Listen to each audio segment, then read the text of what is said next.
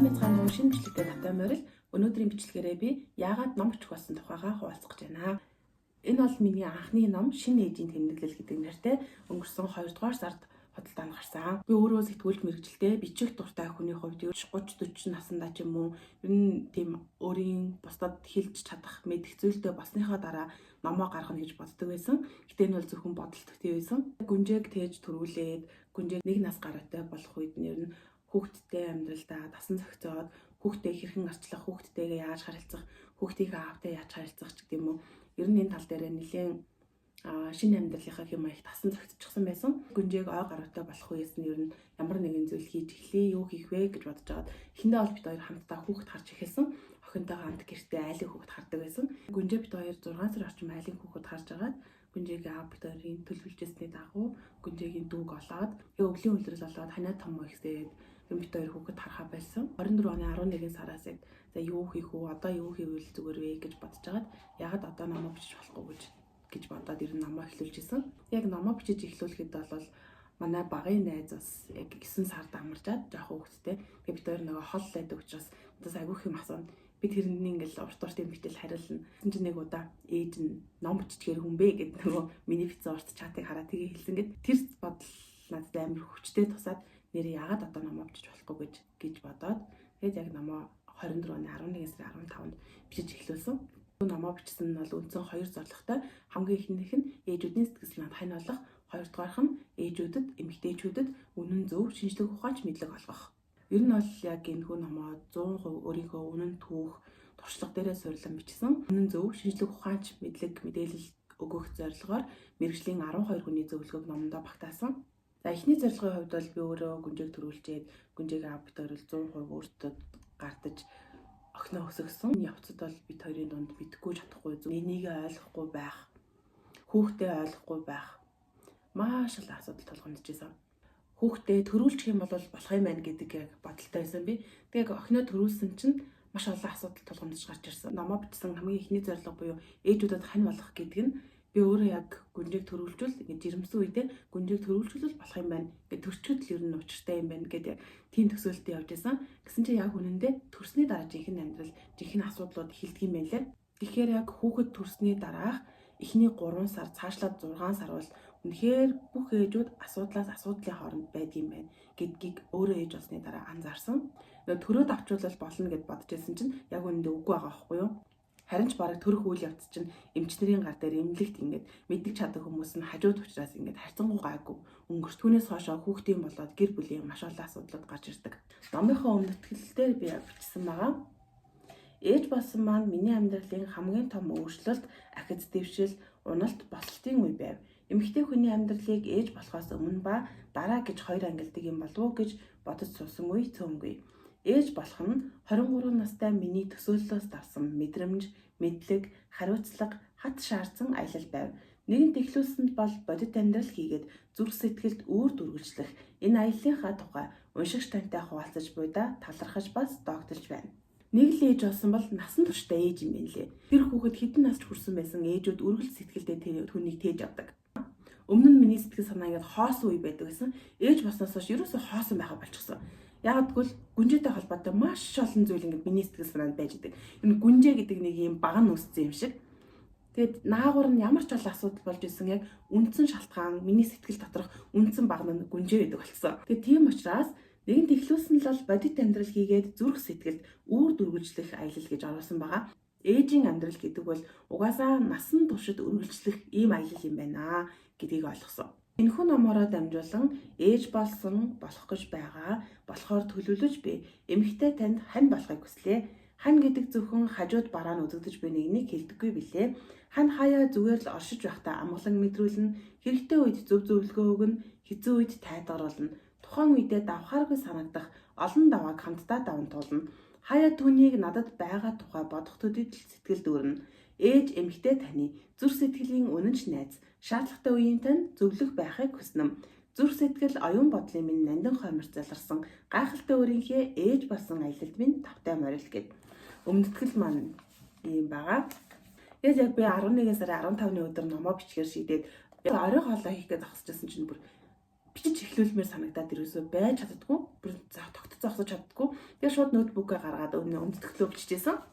Энэ өмнөдгөлөө бичээд би аягүй уйлж исэн. Ягаад ч юм тийм яг л миний хийх ёстой зүйл юм шиг тийм маш гоё мэдрэмж төрж исэн. Өмнөдгөлөө бичсний дараа агуулга зоогоод за ингэж яг хамгийн анх номоо бичиж эхэлж исэн. Миний хувьд өөрөө ээж болохоор бусад эмэгтэйчүүдийг маш их тийм ойлгож хайрладаг болсон. Хичнээн танихгүй ч гэсэн хөрхий одоо ингэндээ тэгэндээ хүүхэд нь ингэж байгаа юм шиг байна. Тэгэхээр энэ ээжэд ингэ санагдаж байгаа болов ч гэдэг юм уу. Ер нь ингэж тэр эмэгтэйн оронд өөрийгөө тавьж маш их үздэг болсон. Тэгээ манай охин бас өвдөө дэмлэг твтчихсэн. Тэр үед ч гэсэн ингэж хүүхэд нь өвцөө ээжийг маш их бүр ингэ зүрх сэтгэлээрээ ойлгодог болсон. Шиг надтай цацуу 22 23 ээж болж байгаа. Эсвэл бөө тэрнээс жоохон 16 17 та 18 настай та ээж болж байгаа хүмүүс ч гэсэн байгаа. Магадгүй бүр 30 гарсан дараагаа анх удаа ээж болж байгаа хүмүүс ч гэсэн байгаа. Энэ одоо хідэн настай да ямар боловсрол эзэмснийхээ дараа ямар ажлын туршлагатай болсны дараа ээж болох нь ерөөсөө хамаагүй. Ээж болж байгаа л бол тэр хүн хідэн настай ч байсан яг бид нар адилхан замыг даван туулаад явдаг аа. Хүүхдийнхээ гэдэс дүүрэх, ханаад хүрэх ч юм уу тийм асуудлуудыг би муу байгаа болохоор би юм мэдэхгүй байгаа болохоор ингэж байгаа юм байна. Бусдын хүүхдүүд ингэж үгүй л идэг штэ гэж бодод байсан. Өөрийгөө маш их буруутгадаг. Тэгээ би өөрийгөө буруутгаад миний сэтгэл санаа тогтворгүй, тухгүй байхаар манай гэр бүлийн уур амьсгал яг дагаад тийм болчдөг. Ээж болсны дараа өөрийнхөө хүчийг аягүй сайн мэдэрсэн. Би ингэж ямар хүчтэй юм бэ? Би маш хүчтэйгээр ингэж бүрэн бүтэн хүүхэдтэйгээ төрүүлж чадсан байна. Гэт миний сэтгэл санаа ямар байхаас манай гэр бүлийн уур амьсгал шалтгаалдаг юм байна. Тэгэхээр ээжүүд эмэгтэйчүүд ямар их хүчтэй юм бэ гэдгийг анзаарсан. Төрсний дараа нялх биетэй үед бол угаасаа хүний сэтгэл санаа бие махбод тэр чигээрээ маш өөр эмзэг нялх болдгийм байлээ. Бүр яг үний юм байна лээ.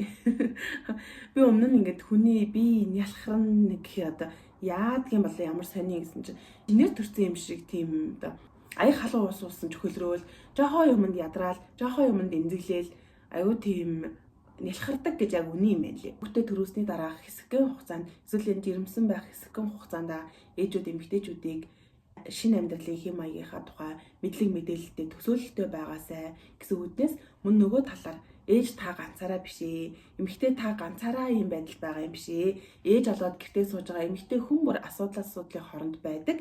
Надад ч гэсэн яг ийм асуудал тулгарч ирсэн. Манай хүүхэд өвдөөд надад яг ингэ санагдаад надад бүр ингэж галзуурмаар санагдаад би ингэж хэмлэгтэйсэн гэдэг юм уу те. Энэ тухайга яг ингэж 100% үннээсээ битсэн байгаа. Миний хувьд бол хүүхдээ ой гартал нь 100% бүр 24 цаг хүүхдтэйгээ хамт байдаг байсан. Ээж хүний хувьд нөхрөө ажилдаа явсан хаагуур сэтгэл санаа маань ямар байсан юм. Хүүхдээ нэмэгдэл хүнстэй танилцуулах үед надад ямар санагдаж байсан бэ? Би яг тэр үед юу мэдэрч байсан бэ? Манай хүүхдэд манай гэр бүлд юу тулгамдж байсан бэ? Тэр бүхний ямар ч нуу хаах, гойчлолгүйгээр яг үнэн түүгээ бичсэн байгаа. Номоо бичсний хоёр дахь зорилго бол шинжлэх ухаанд үнэн зөв мэдлэг мэдээллийг ээжүүд эмэгтэйчүүдэд өгөх. Хоёрдугаар зорилгынхоо хүрээнд мэргэжлийн 12 хүний зөвлөгөөг багтаасан. Зөвлөгөөгөө багтаахдаа бол яг одоо Монгол улсад өнөөдөр 2025 онд ажиллаж амьдарч байгаа салбарын мэргэжилтнүүдийн зөвлөгөөг ээжүүдэд хамгийн чухал хэрэгтэй гэж үзсэн 3-5 асуултад хариулт авч багтаасан. Жишээлх юм бол эмэгтэйчүүдийн мэргэжлийн хөхний бариач цацралын зөвлөгөө байгаа. Энэ сэдв дээр бол бидний хийдэг хөхний хамгийн буруу арчилгаа юу вэ?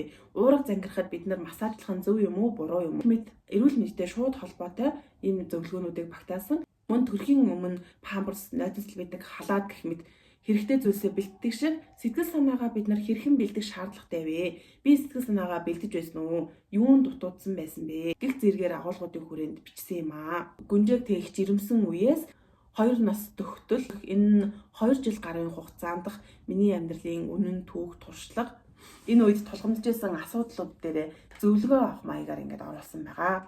Ээжүүд эмэгтэйчүүд бол сэтгэл зүй болон бие махбодын хувьд нэг талаар маш хүчтэй, нөгөө талаар маш эмзэг хүмүүс. Тийм учраас бид сэтгэл зүйгээ удирдах, доктортой байлгах, ээж болох энэ аялалдаа өөрөө өөрсдийгөө бэлтгэх нь бол нэн шаардлагатай зүйл. Ягаад гэхээр хэрвээ миний бэлтгэл дутуу байх юм бол хэрвээ би энэ талаар төсөөлөл багтаах юм бол төрсний дараа өөрийгөө л хэцүү байдалд оруулна. Тийм учраас ээжүүд эмэгтэйчүүдийгээ өөрсдийн гэсэн мэдлэгтэй, цаашлаад өөрсдийн гэсэн аз жаргалтай, сэтгэл зүйн доктортой өөртөө хайрладаг, үнэлдэг байгаасай гэсэн үгнээс энэхүү номоо бичсэн. Энэ номын бас нэг чухал хэсэг бол ээж болсон өөрийгөө ойлгож хайрлах нь гэдэг хэсэг байгаа. Ээж болоод би олон талаар өөрчлөгдөж байгаа. Ээж болсон эмэгтэй хүн бүр бараг олон талаар өөрчлөгддөг байх. Миний хувьд ээж болсноор өөрийнхөө хүчийг илүү сайн мэдрэх, өөртөө итгэх хэрэгтэй юм байна. Надаас бүхэл бүтэн гэр бүл маань, үр хүүхэд маань шалтгаалдаг болсон учраас би өөрөө ямар чухал юм бэ? Эхлээд би ямар үнцэнтэй юм бэ гэдгийг илүү сайн ойлгож эхэлсэн. Ер нь яг үнэндээ бол айл гэрийн уур амьсгал, эрүүл мэнд, эдийн засаг маш олон зүйл эмэгтэйчүүдийн уур ухаан, мэдлэг, ур чадвараас шалтгаалдаг. Энэ нь бол бид нар өөрсдөө маш олон зүйлийг зохицуулаад нөхрөө зүгээр суулгав. Та манлайлаад энэ гэр бүлийг аваад яв гэсэн үг ерөөсөө биш. Айл гэрийн уур амьсгал гэдэг нь таны үр хүүхэд болон хань ижилтэйгээ харилцаа, тэр хүнийг яаж хэрхэн ойлгох уу? Ямар ажил хиймээр байгаа, яамаар байгаа, түүнийгээ хэрхэн дэмжүүлэх үү? Өөрөө бас тэр хүнийг бие махбод сэтгэл зүйн хувьд яаж дэмжих вэ? Тэр хүмүүсийн эрүүл мэнд ямар байх вэ гэдэг чинь эмэгтэйчүүд биднээс ихэнх нь шалтгаалдаг юм байлээ. Гэр бүл гэдэг энэ үн цэнтэй жижигхэн хийгээд нийгмийн хамгийн чухал хэсгийн үнэт зүйл нь эмэгтэйчүүд, ээжүүд бид байгаамаа. Тийм учраас ээжүүд эмэгтэйчүүдтэй сэтгэл санаанд нь ханиулах, нөгөө талаар шилэг ухаанч мэдлэг олох зорилготой энэхүү номоо бичсэн юм аа. Энэ бичлэгээр хамт байсан баярлалаа. Баяртай. Дараагийн бичлэгээр уулзцгаая.